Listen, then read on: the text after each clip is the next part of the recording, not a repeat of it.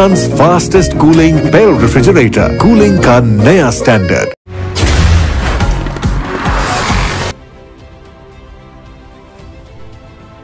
पाकपतन चौधरी अनवारुल हक रामे की रिपोर्ट के मुताबिक आरिफवाला से आपको अफसोसनाक खबर देते चलें। थाना रंगशाह की हदूद पाकपतन रोड अड्डा जीवन शाह पर तेज़ रफ्तार कल्टस कार की टक्कर से 45 साला औरत शीमा बीबी जाँ बहक।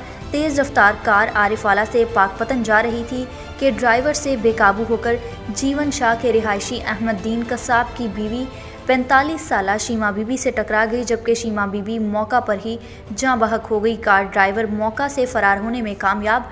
हादसा की इतला मिलते ही SHO थाना रंगशाह उमर दराज हमरा पुलिस नफरी और पेट्रोलिंग पुलिस फ़ौरन मौका पर पहुंच गए। हादसा की इतला बार बार 1122 पर देने के बावजूद रेस्क्यू 1122 ताख़ीर से पहुंची। आरिफवाला रेस्क्यू 1122 ने ज़रूरी कार्रवाई के बाद डेड बॉडी को पोस्टमार्टम के लिए तहसील हेडक्वार्टर आरिफवाला मुंतकिल कर दिया है।